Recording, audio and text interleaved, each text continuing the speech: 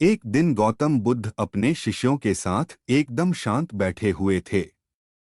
उन्हें इस प्रकार बैठे हुए देख शिष्य चिंतित हुए कि कहीं वह अस्वस्थ तो नहीं हैं। एक शिष्य ने उनसे पूछा कि आज वह मौन क्यों बैठे हैं, क्या शिष्यों से कोई गलती हो गई है। इसी बीच एक अन्य शिष्य ने पूछा कि क्या वह अस्वस्थ हैं, पर बुद्ध मौन रहे।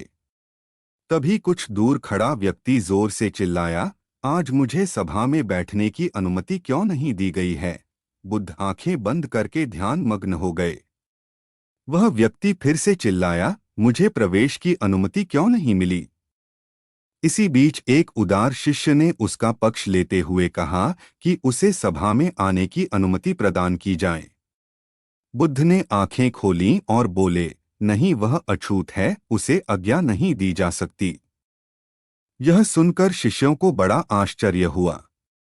बुद्ध उनके मन का भाव समझ गए और बोले, हाँ, वह अछूत है। इस पर कई शिष्य बोले, हमारे आश्रम में जात पात का कोई भेद ही नहीं, फिर वह अछूत कैसे हो गया। तब बुद्ध ने समझाया, आज वह क्रोधित होकर आया है। क्रोध से जीवन की एकाग्रता भंग होती है। क्रोधी व्यक्ति प्राय मानसिक हिंसा कर बैठता है। इसलिए जब तक वह क्रोध में रहता है तब तक अछूत होता है। इसलिए उसे कुछ समय एकांत में खड़े रहना चाहिए।